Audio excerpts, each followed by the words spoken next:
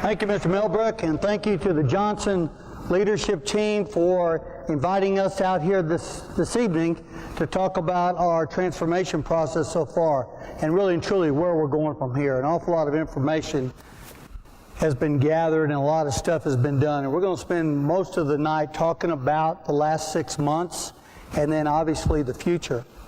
But before I get started on that, I would like to recognize some people that are in the audience and with us this evening that are very, very important throughout this entire process. And first and foremost are our Board of Trustees, and we have 2 members of our Board of Trustees that are already here and one who's on her way. We have Mrs. Sandi Hughey, our Secretary of our Board of Trustees.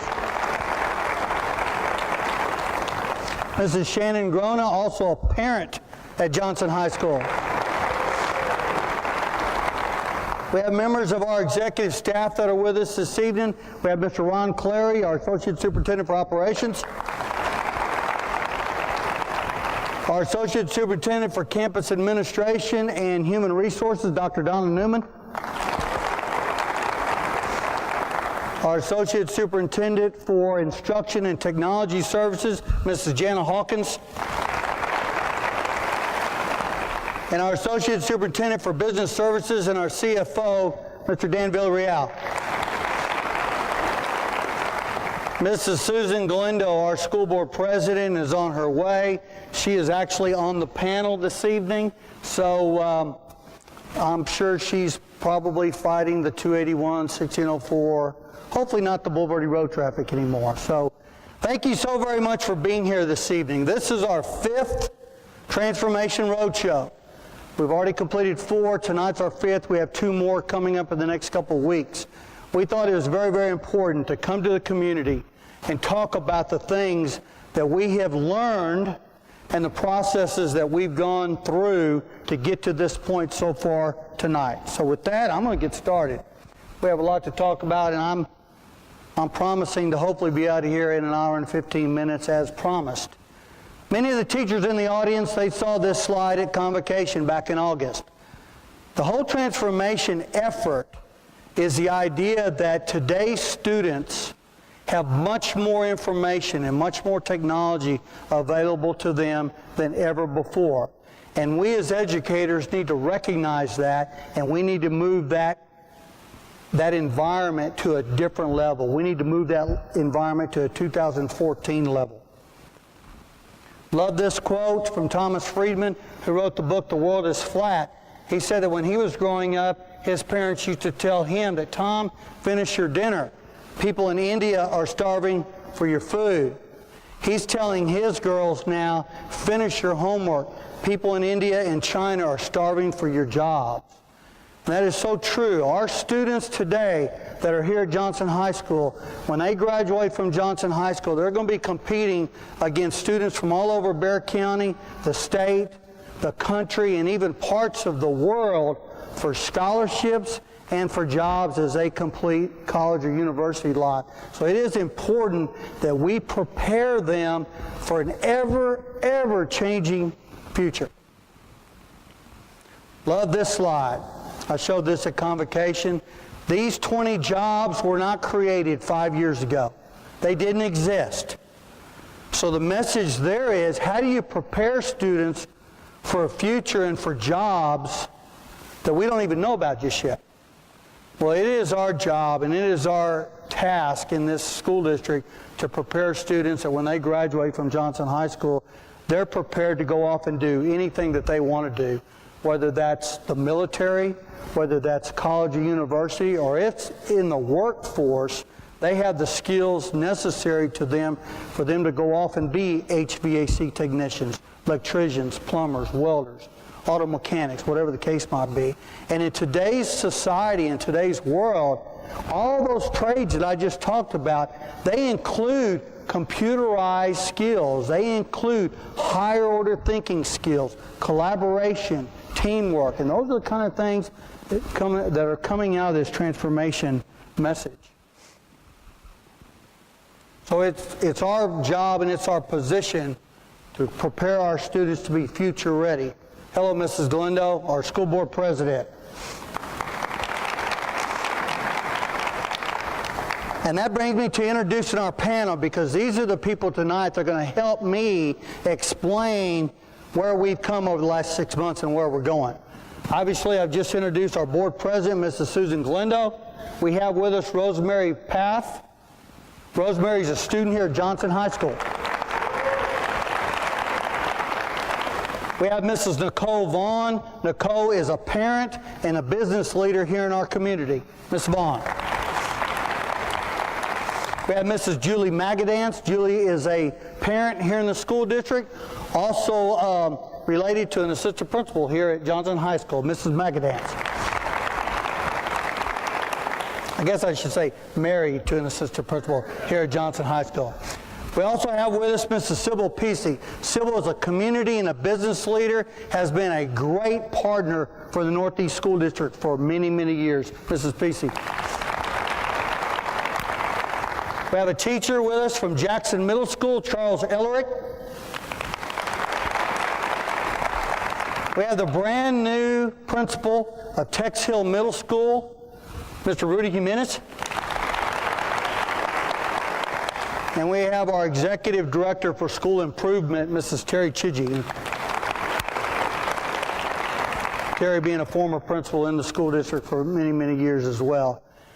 The greatest thing that came out of this transformation process was the idea that we really and truly included all the stakeholders. All the stakeholders. We started out back in September with 6 community meetings. We held them all over the district.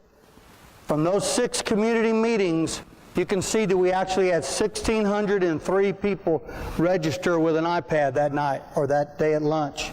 And they came, students, teachers, parents, administrators, business leaders, community people. They came and they shared with us information that they thought was very, very important as we build our strategic design and we move this transformation forward. So my first question for the panel this evening goes to our principal, Mr. Jimenez. Rudy, can you talk to the group this evening about, as we went through those community summits, what was your experience? Yes, sir. Good evening. First off, it was great, just like you mentioned, to see a large number of stakeholders that attended all the meetings, and I really felt that they were appreciative of the fact that they were able to give feedback, and so that was really good to see. And there certainly wasn't any shortage of ideas. Ideas were being generated as ideas were being posted through text message, and they were posted up on top. And people were talking about just presenting. Those ideas generated more ideas. So you could hear people saying, oh, that reminds me, I want to mention this, I want to mention that. So it was really neat to see that kind of happening in action. And lastly, I just want to say it was evident that there was a lot of passionate people there, and they were really excited about this transformation process. Fantastic. To dovetail some of Rudy's comments, one of the things that I told the school board about a year ago is that there's a lot of school districts out there and there's a lot of organizations and businesses out there that they do strategic planning all the time. Some of them do it in a bubble. Some of them do it in one room over a 2-hour period, and then they put it on a shelf and it's over with. That was not going to be the intention of this transformation process from the very get-go. It was going to be a very two-way street. It's going to be a lot of information going each way. And one of Mr. Jimenez's comments that I think is very important about these community meetings was that at these community meetings, we asked the community, and I see many of you were at those community meetings, we asked questions. And he mentioned that a person could be at their table and they could text their answer. So it was completely anonymous, and it was completely to where they felt comfortable by sharing information with us, because really and truly the first 2 to 3 months of this process, as you will see, was about collecting data and collecting information about where we want to go for the future. So very important point. Thank you, Rudy. From those community meetings, we then held focus group meetings. What we did is we took 25 students and we put them in one room. We took 25 teachers and put them in a room. 25 administrators, 25 parents, 25 business leaders, and then they were each asked specific questions that pertained to their group. Again, it was a fact-finding mission trying to really find out what was important to each one of those groups in the way of changing the way we educate students for the future. I'm kind of looking around the audience today, and I see a lot of people a lot younger than I am, but I see a lot of people that are my age or maybe even a little older. An example that the teachers all heard me say at convocation was that back in our day, we had the Big Chief tablet and the pencil, the big pencil. Well, students today cannot learn like that. They are so much more advanced than those days, and it is important that we recognize that. So we wanted to hear from the parents. We wanted to hear from the community and business leaders, and I feel very good and very proud of the process that we've undergone so far, because it has been incredibly transparent. I think as you walked in, you were given a sheet, a one-pager. And that one-pager gives you a lot of information. But one of the best things it will give you is it will give you a link to go to our district webpage, and anything and everything that has to do with our transformation process to this point, you can find on the internet. So please do so. Okay, a couple questions about focus groups. Mrs. Magadance, can you please share an important part that occurred during your session with other parents? I think a couple of road shows ago, Dr. Gottardy, you said something about the customers for the school district are the parents and the students. And so as parents, you have to know that we were very pleased to be asked to be part of focus groups. We got to come into the focus groups and share our dreams for our kids. We got to talk about what we hoped for their educational experiences.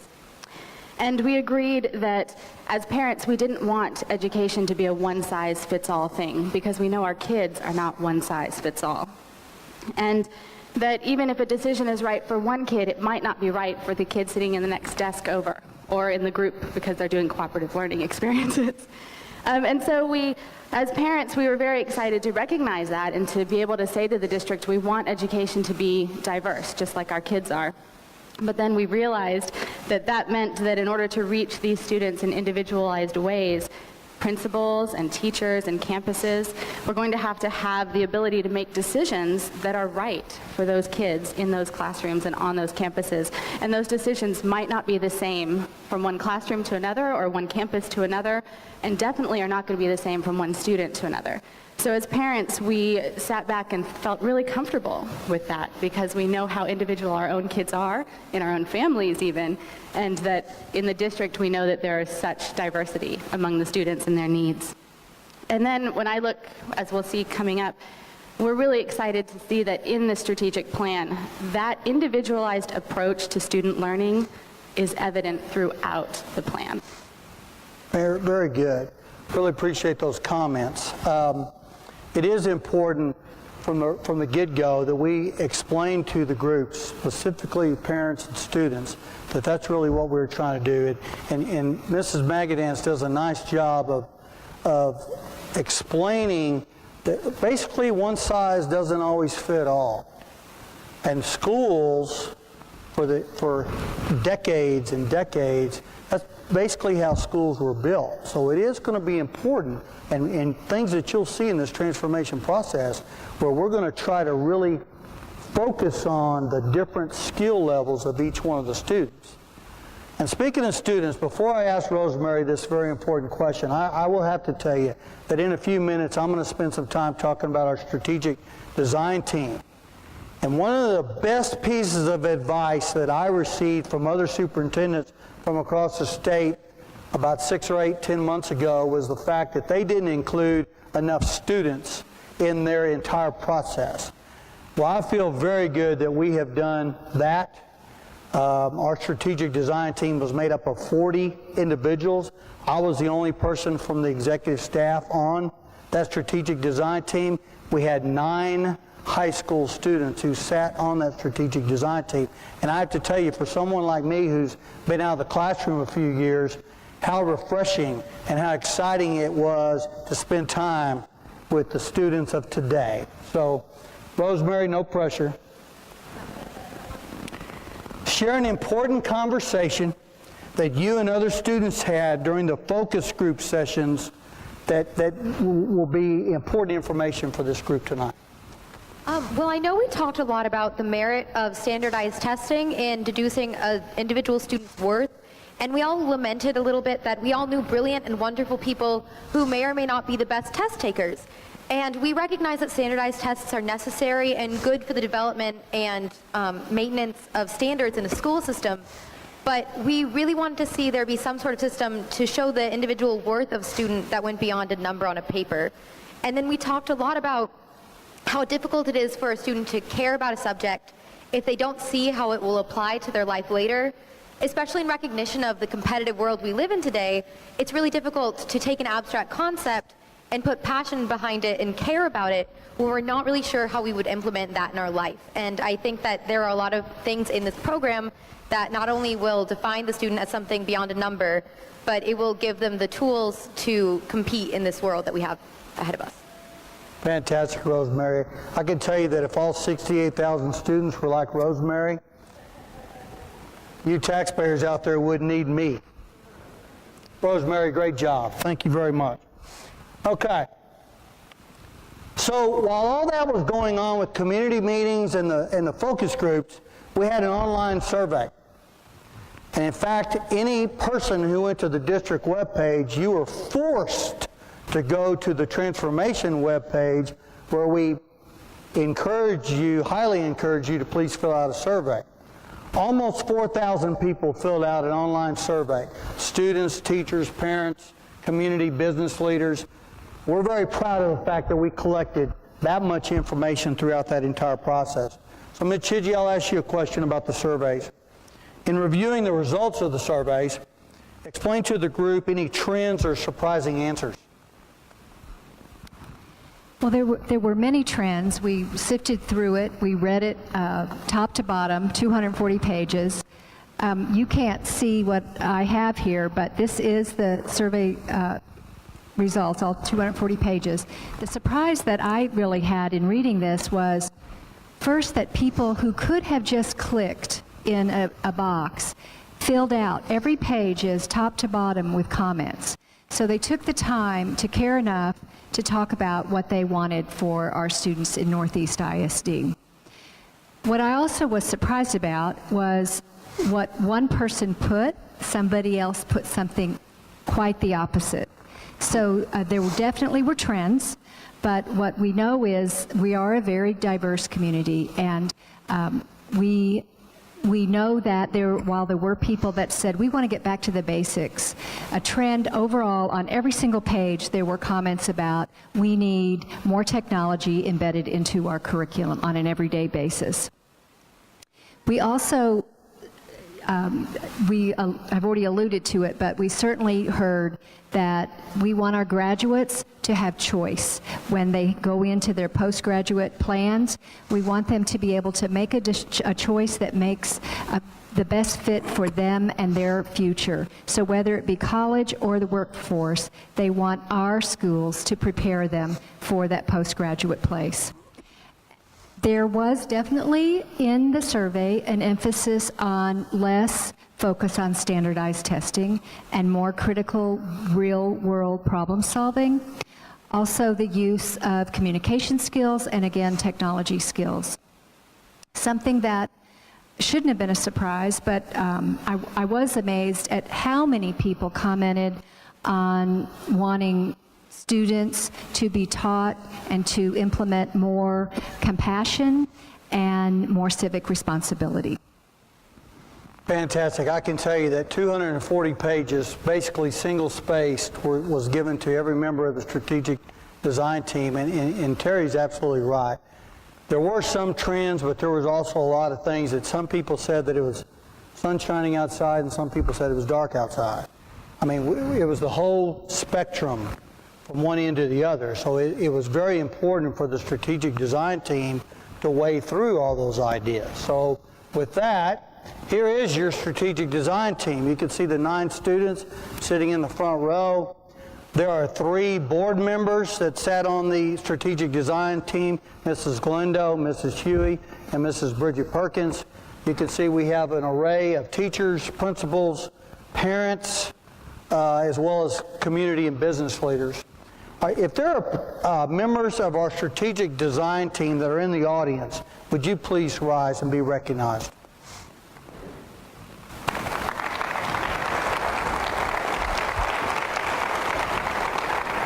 Thank y'all for being here. Okay, Charles, question for you. What part of the design team process did you find to be the most critical in developing the strategic plan? Yes, sir. I believe that one of the first things that we were charged with was to come up with an agreed-upon consensus set of beliefs, and it's actually posted on the paper that you received when you walked in. It said, in NEISD, we believe that. And we came up with 9, and I believe that that was the most important part, most critical component, for several reasons. Number one, I really got to know what the word consensus meant. We lived it for 2 days, and consensus, it's like I kind of knew what it meant, you know, for a pretty good definition, but then to live it was a whole nother experience. We basically couldn't move on to the next stage of the design process until we all came to an agreed upon set of beliefs. And I think this would have been easier if it was just a room full of science teachers. We could have been done in about 2 minutes, and then we all could have had a proper lunch, but that did not happen. It was challenging.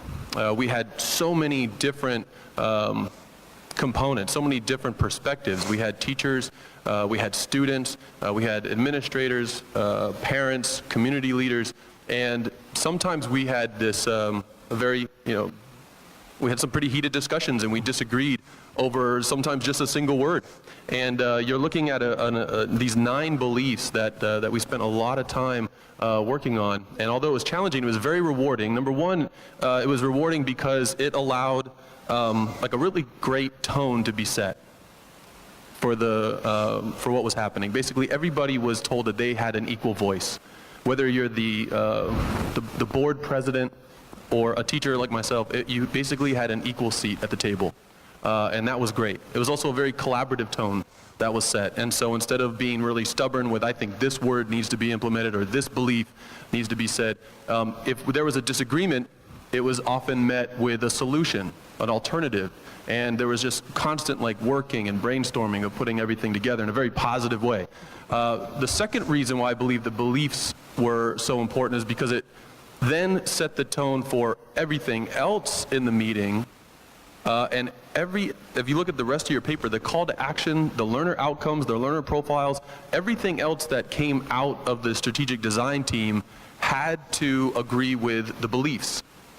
And so that was incredibly important and critical for the rest of the process. Everything that was said, everything that was done and worked on had to follow those 9 beliefs that were set pretty much at the beginning.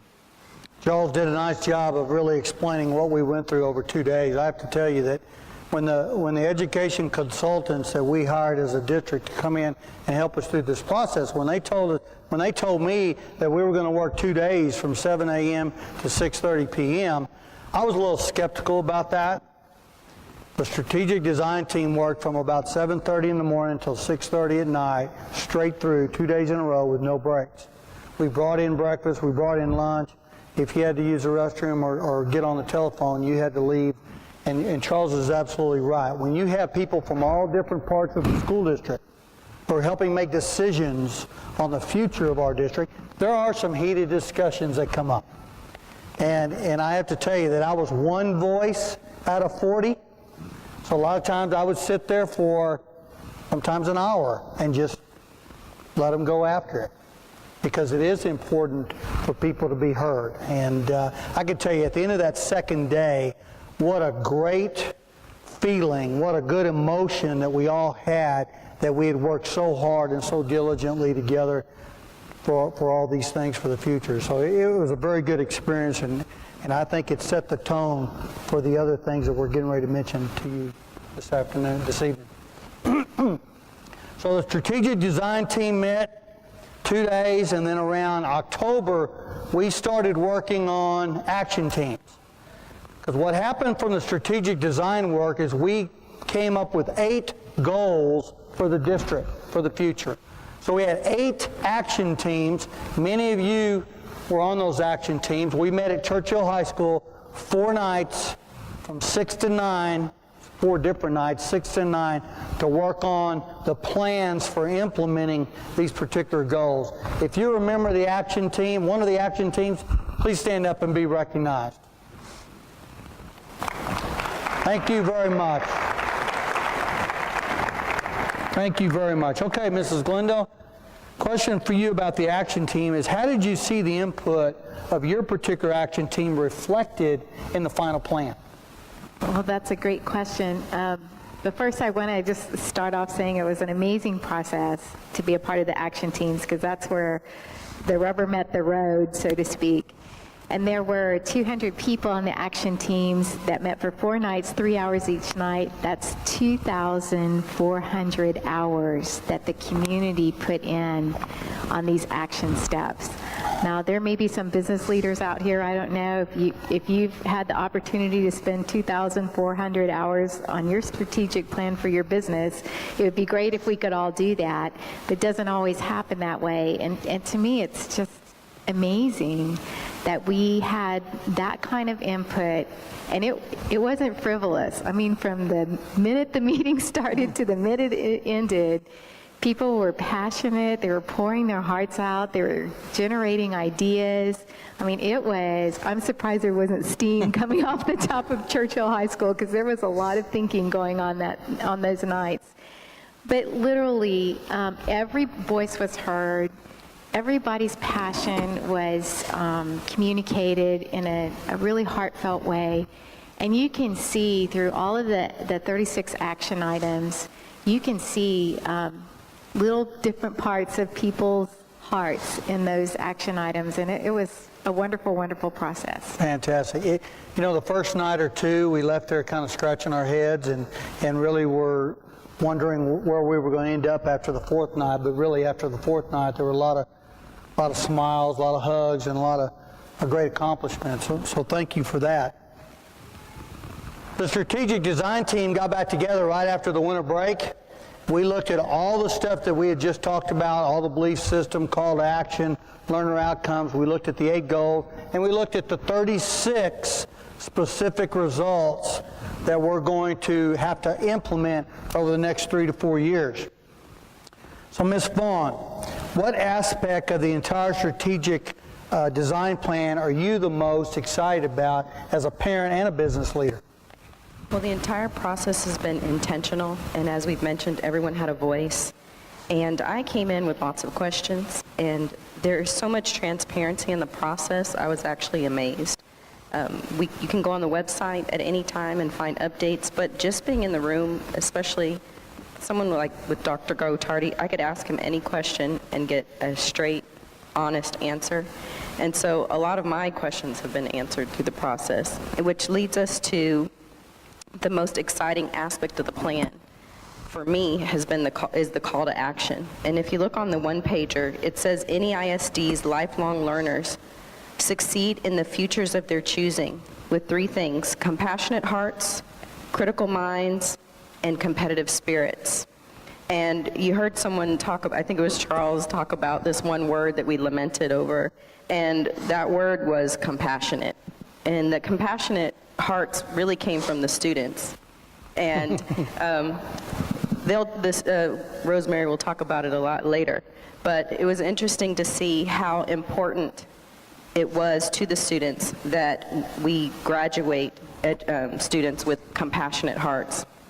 And then the next aspect of the call to action is the critical minds. And this mostly came from the surveys and the educators. And in the survey, there was a question that says, in the current context of the 21st century, what are the most important skills for the students to possess in order to be successful? And the 2 top answers were communication skills and problem-solving skills. And so those are directly related to this critical minds that you see in the call to action. And then finally, you see competitive spirits. And this really came from the business community that was in the room. We talked about the need for students to understand how they are going to fend for themselves in this world, maybe how to negotiate contracts in different languages. And it was really nice to see, if you all looked on the website, the Japanese spelling competitions that have been going on in the high schools, how that will be able to translate into some very bright futures for these students that are involved in that. But also it could be athletics, the competitive spirit behind athletics, or it could be just as simple as teaching the students how to persevere regardless of their obstacles. So the call to action is really the most exciting aspect of the plan for me. Almost like our rally cry, isn't it? Yes. Fantastic. Well, Ms. PC, you're the only one I haven't asked a question of. So as someone who's sat on many committees in this district for some time now, bond committees, planning committees, can you explain to the group what the most exciting part of your experience was on the strategic design team? I'll be happy to. Thank you. In my business, I employ a lot of young people, a lot of school-age employees getting their first job. So as I came to the table, I came with the mindset of these kiddos are going to work somewhere. And so it's very much, I'm very interested in what is it that we're going to talk about and how is it going to affect that young person so that when they come into their work environment for the first time, they'll be able to make a contribution that will actually help that business move forward. And I have to tell you, the process, you know, for lack of anything more eloquent, it was the real deal. As a business person at the table and with some of my cohorts at the table, what we talked about were, we presented a perspective that would be integrated with what we were talking about, whose intention was to really be able to create an idea or a platform for saying, you know, we need relevance to be a part of what they're learning. And it was a beautiful thing that it dovetailed with what the students were saying. We need relevance to be a part of what we're thinking about. And really, everybody who's in this district, whether you have children here or not, we're all stakeholders, because at one time or another, the students from NEISD schools are going to come through our businesses. And I was very grateful to be there. It was open, it was transparent. We pushed back and forth, left and right, and I think that we ended up with a great plan where the student is going to benefit and be able to do great things in their lives. So thank you. Fantastic. Thank you for sharing that. This really illustrates the process to this point, everything that we've done. You can see that the beliefs, call to action, learner profile, learner outcomes, and goals were illustrated by the strategic design team. Goals, specific results by the action team, back to the strategic design team for an action timeline, and then now district leadership is going to be instrumental in deciding how we're going to implement each one of the 8 goals and the 36 specific results. So we have a quick video we'd like to share with you.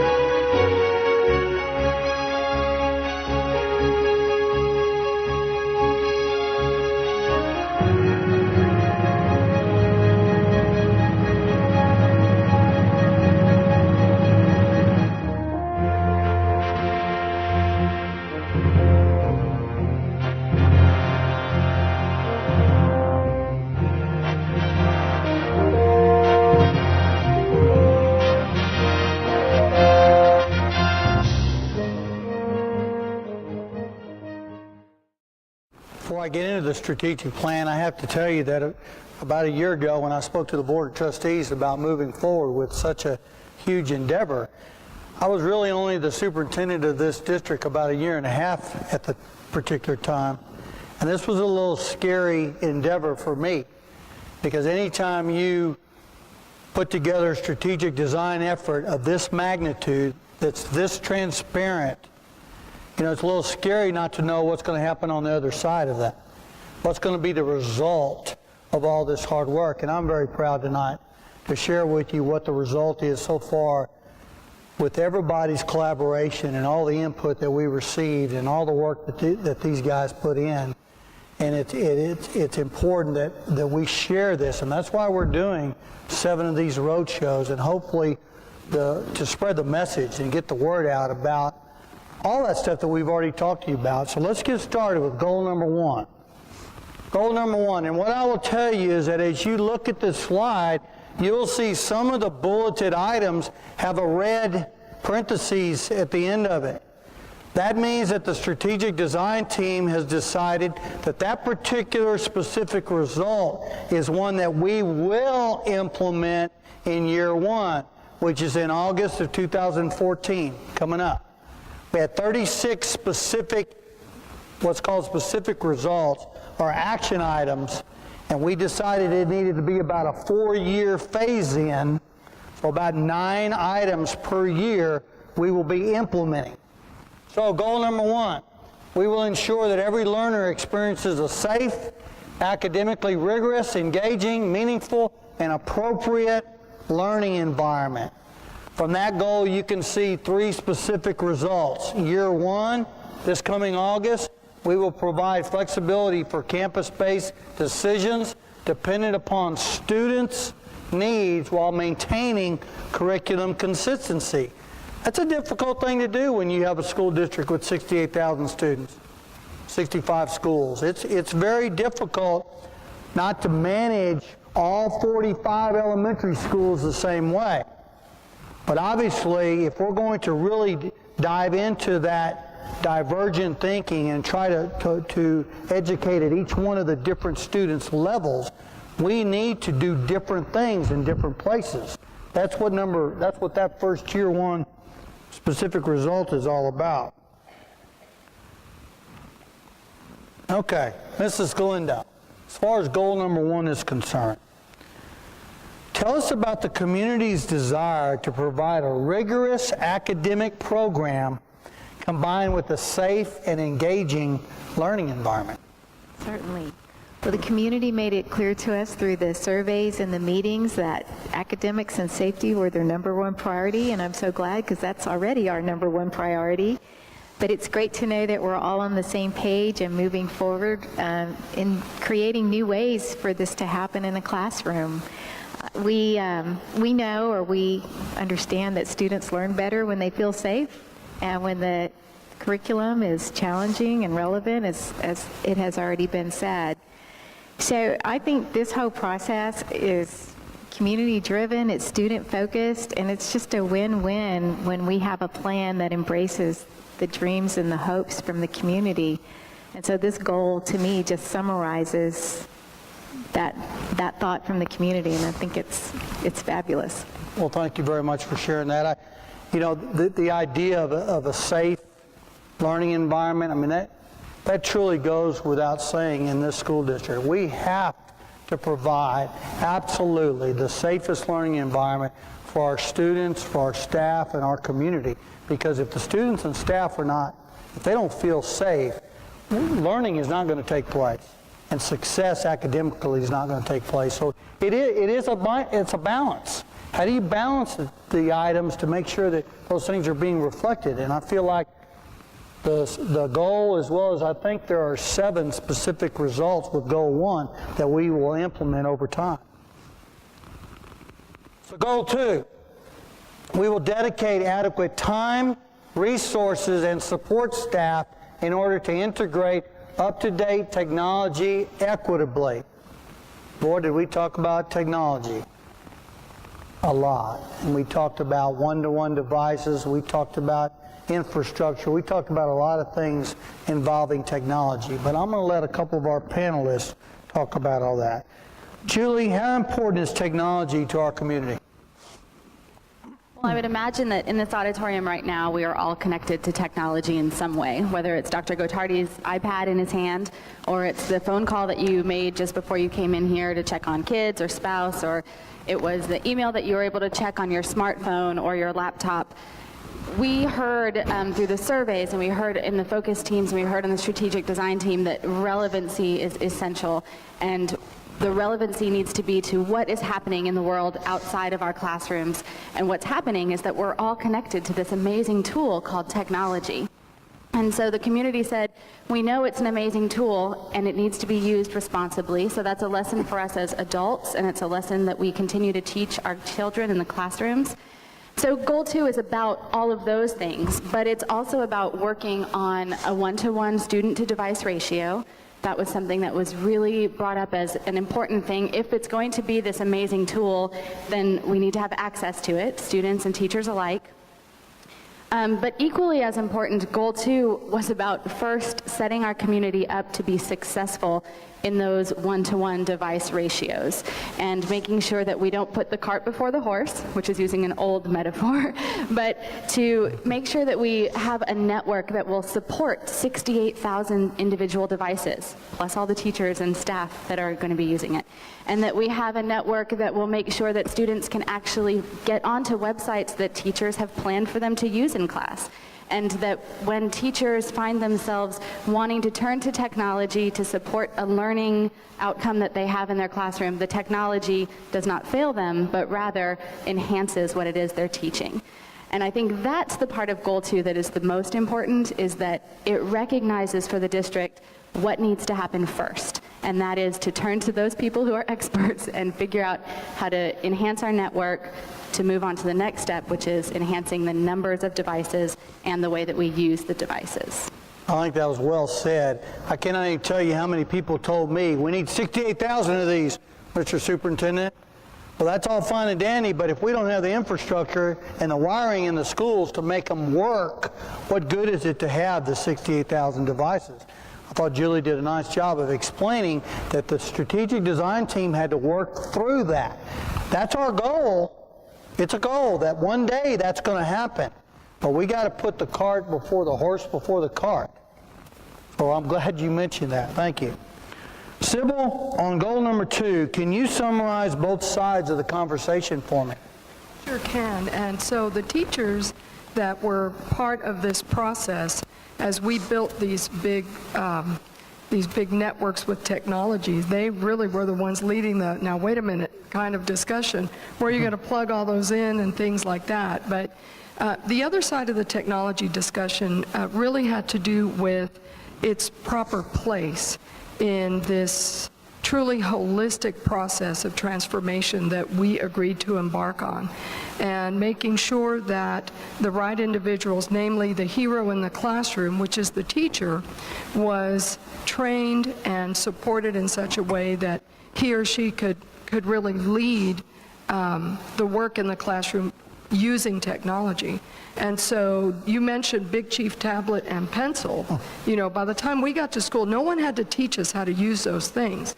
And in like manner, that's where we want to be with technology. No one should need to teach any of our kids how to use them. That's now part of the air that we breathe. And so it's a question of using technology to think better, to be smarter, to dream more, to solve bigger problems. And the example I'll give you again is in the workplace. 20 years ago when I started in business, we had signs everywhere, no pagers allowed. Take your pagers off or they're going to be confiscated. 20 years later, we're using handheld smart devices to measure in real time service times, cook times, whatever the type of business that you're running happens to be. And so we need people coming in who already know how to turn it on and access this file or do something else. That's where technology is going to be integrated in this process, and we're very excited about that. Fantastic. Good, nice comments. I heard something about 3 weeks ago from a presenter, and the presenter said something that just really light bulb went on for me. You know, we look at this as technology. The 12, 13-year-old, this is not technology. This is a way of life. This is their environment that they've grown up with.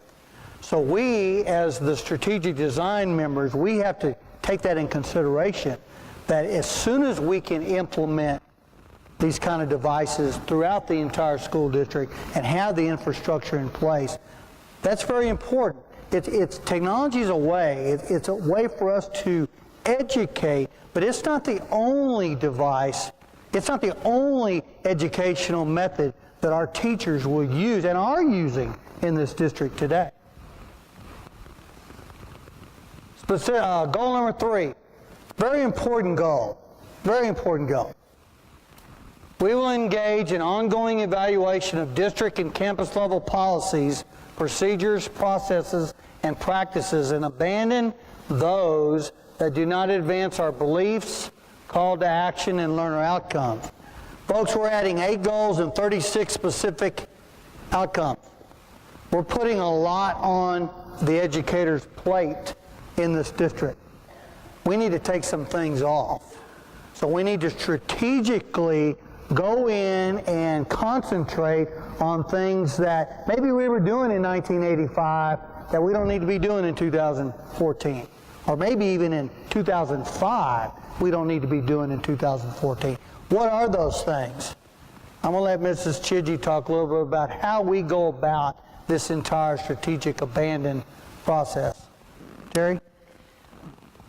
Well, Dr. Gottardy, as you said, in both the strategic design team and in the action teams, we continue to hear, mostly from the educators, that over time our plate has been weighted down, and we've continued to place things on our plates and not taken anything off.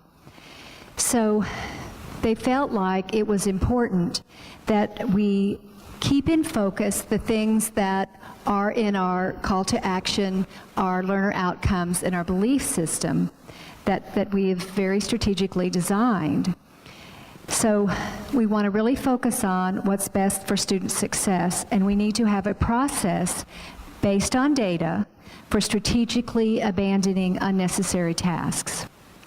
We realize that we will need to proceed with caution, because just as I shared with you how very different the opinions are in this survey, what I might hold as very, very important, Rudy may think that we can abandon, and vice versa.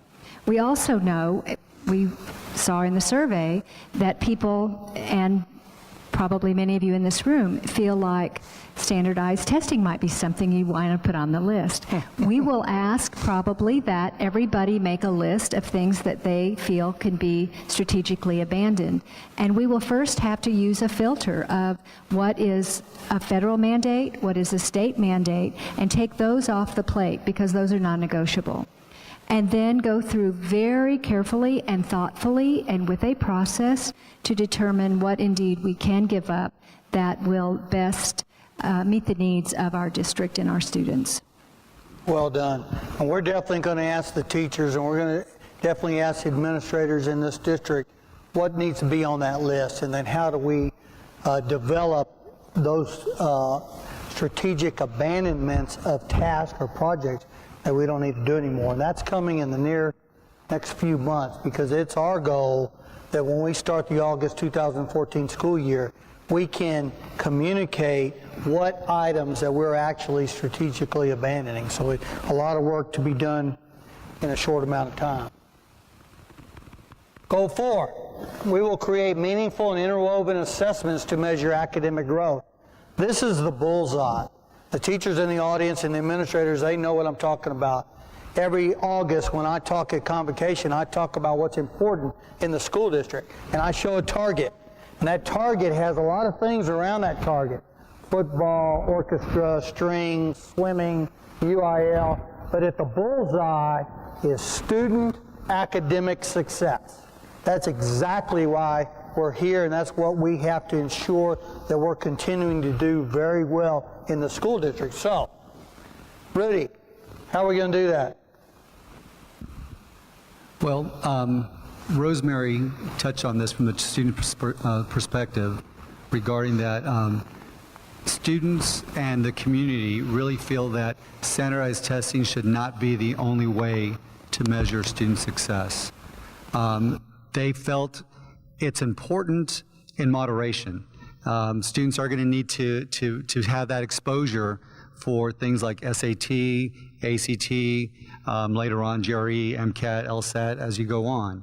But they felt that there needed to be more opportunities for authentic types of assessments like presentations, portfolios, written assignments. And so they felt very strongly that, again, that standardized testing should not be the only way to do it, but we need to expose our students to lots of different ways to measure their success. Absolutely. I feel very good about that one because I'm passionate about that. I don't think that the only way we measure how our students are doing is based on a state accountability exam or a federal accountability system. There's a lot of great things going on in this school district, and we have to continue to do all those great things. We have to continue to balance the state accountability, federal accountability scorecard, along with all the other great things that are going on in the school district. And I feel very good about that particular goal and where we're going from there. Goal 5, we will transform the learning organization by empowering teachers to design authentic learning experiences focused on student interests and needs, resulting in lifelong learning. One of the things that came out an awful lot in our surveys and came out in our 240 pages is that parents in this district want their kids prepared for those experiences after high school. And all those things around that target, that's what helps mold that young man or that young lady into that productive citizen in society. And that's really a lot of what this goal is talking about. Mrs. Vaughn, what role does the community feel student engagement plays in our overall learning process? Well, the third question in the online survey was what kinds of tasks, activities, and/or work do students need to be doing on a daily basis in school to be best prepared for the future? And the top 2 answers that translate directly into this goal are solving real problems and connecting work done in school to the outside world and careers. So we started to ask ourselves, how does engagement look? And it could be as simple as, kids running into the school building because they really want to get in there, and parents being a little sad because the kids didn't take the time to kiss them and hug them goodbye before they went in, but they really didn't care because they just wanted to get in that building and get into their classroom. Or it could be kids leaning forward, students leaning forward because they're so involved and engrossed with what they see in front of them and what they're hearing that their body language shows us they are completely engaged and nothing can distract them. So why is this engagement significant to the community? Most of the business leaders, as Ms. Pesey said, want to hire competent students. And students that learn best tend to increase their competency because they've been engaged.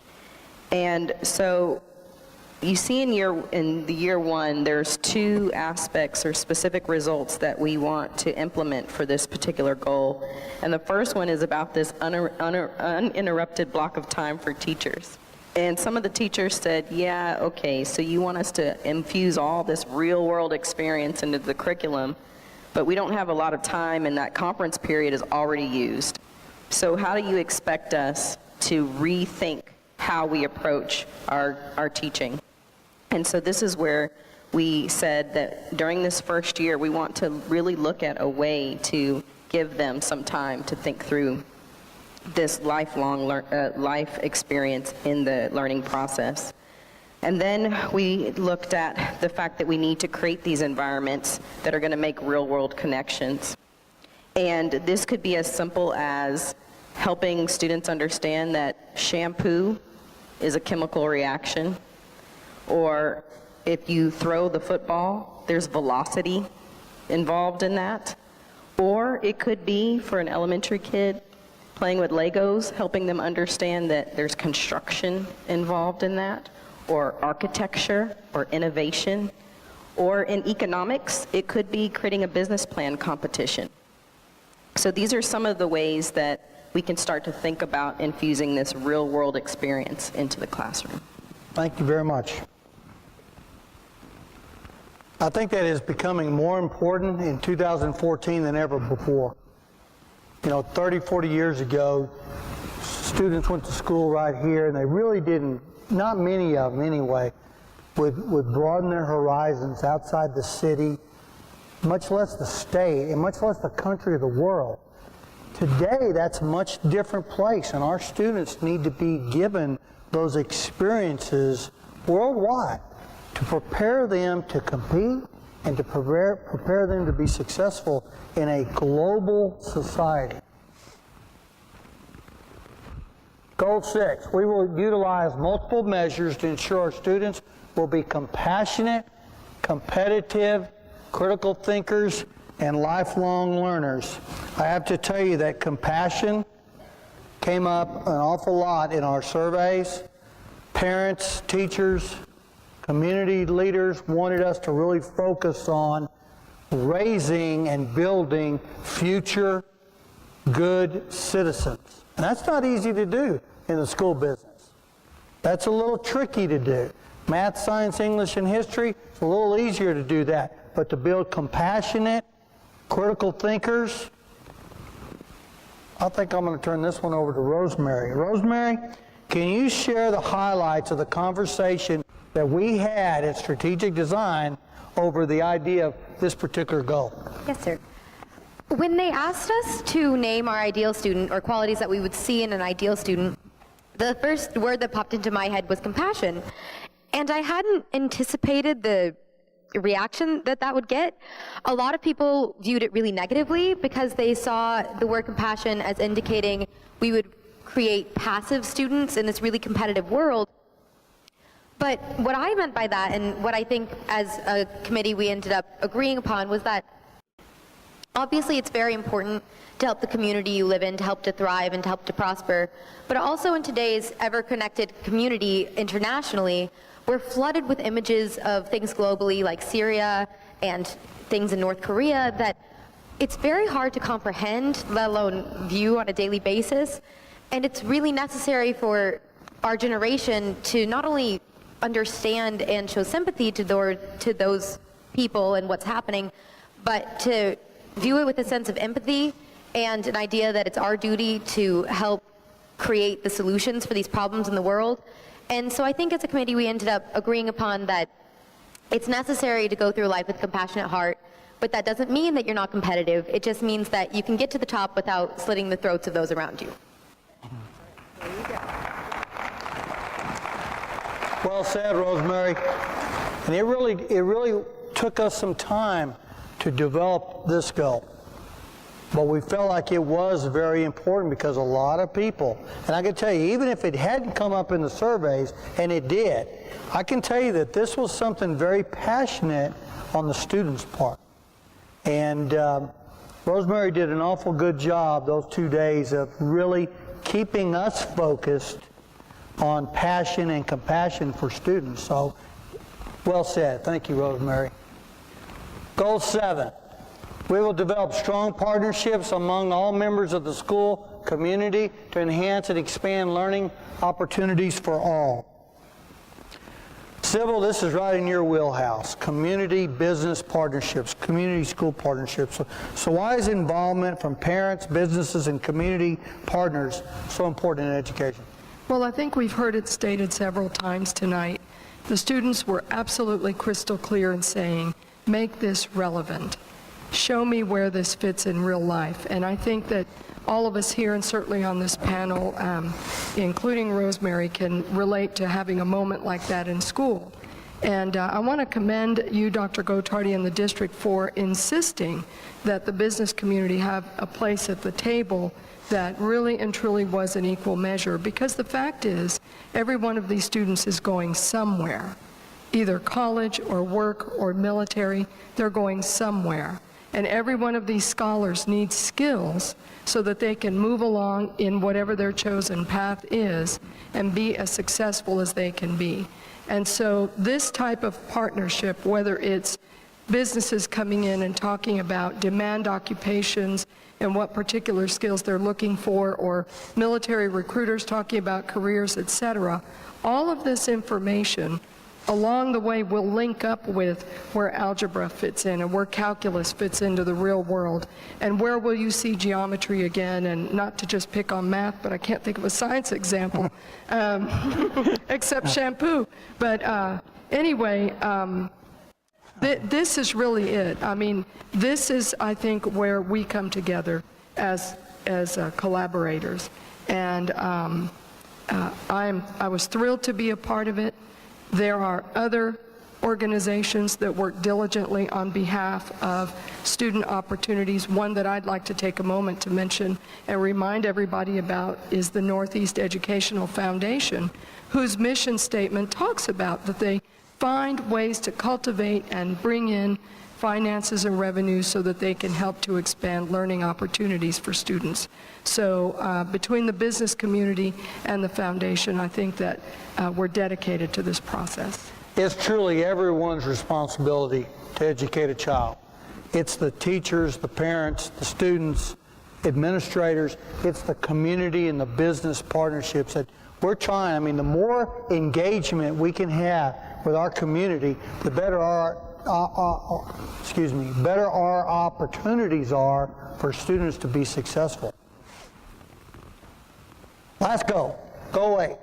We will develop a set of standards for resources in addressing inequalities district-wide.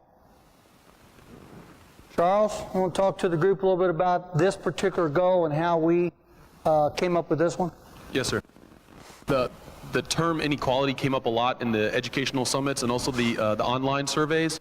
And when we're looking at this particular word, it really got us to focus on, what was the intention behind this word. What we really didn't want to focus on was we didn't want to take the word equality and make it seem like schools had to be identical. Right, I teach at Jackson Middle School. It's part of the Lee cluster. Lee's auditorium looks very different than this auditorium, just like my middle school looks a lot different than Tex Hill Middle School is going to look like. So there are differences, right? But just because there are differences doesn't mean that there is an inequality there in the opportunity of what the students are going to get as far as an education. And I like being different. I like my campus being the way it is. I think there's so much strength that comes with an identity, and I really feel like as part of the committee, we felt like we didn't want schools to lose that strength. Just like we don't want identical students with all the same skill sets. We want to have like individualized students who have whatever their strengths and skills are, that they were fostered and that they were supported. What we wanted to make sure of was to ensure that when inequalities that did exist started to interfere with the opportunities for students to succeed in the future of their choosing, or if there was some inequality that affected the way that students were supported or cherished, and then the district does step in and make sure that those inequalities do not exist. Jackson Middle School was built in 1970, but I have to say that my classroom was built in 2007, and my science facilities are probably better than most other middle schools that were built even more recent than Jackson Middle School was. I think Charles did a great job with this particular goal. This is a tough one. We get this question. I can tell you, administration gets this question all the time. How come our school can't look like that school? Well, there are limitations with facility needs. There are. Even if we had the biggest bond in the world, we would never be able to go back and rebuild 50 schools. So even though facilities are going to be different, square footages may be different, that doesn't mean that we can't offer the same type of choices and the same type of curriculum throughout the entire school district. That was very important to the group. I can tell you, let me go back one slide. One thing that we're going to implement, obviously, in year one is House Bill 5. Great legislation that was passed in last year's session. We're still working on the implementation of that, make sure that we can implement it equitably, district-wide. You can see the other two. The first one on this page is talking about just offering, making sure that we have those choices for all students in the district. We do a lot of this. We do a very good job in most of these areas, and I think that's one of the things that I feel good about the 36 specific results or the action items. A lot of those 36 items, we're already doing it. We just probably need to communicate what we're doing a little bit better, because it is important to the community that these things are taking place. And then the last one that we're going to implement in year one is the idea of our how we distribute allocations, whether it's resources in the way of staffing, or whether it's in the area of resources being money to the schools. And we just need to look at that funding formula for all the schools in this district and then communicate what that funding formula is. How about a round of applause for these panelists, please? I cannot even begin to tell you the amount of time that they've been involved in this entire process to include these road shows, and I really appreciate what you've done for this entire process and what you've done for our students and our community. So what's next? We will assign a chairperson to each one of the goals and to the specific results. We will convene support committees. We will develop action plans, monitor implementation, and then continue to provide updates to the Northeast School District community. Remember, 9 of these things we're going to implement in August, so an awful lot of work has to be done on those 9 items, but not all 36 items at this time. But one of the things that's very important in this entire process is to be transparent and communicate what we're doing to our community. And I would just encourage community members out there to please, from time to time, go on our district webpage, look at the transformation webpage, and you'll see how exactly we're implementing all these goals and all these specific results. This is the 5th road show. We have 2 more, Tuesday, March 4th at MacArthur and Tuesday, March 18th at Churchill High School. I think in closing, I just want to, first of all, thank you for being here tonight.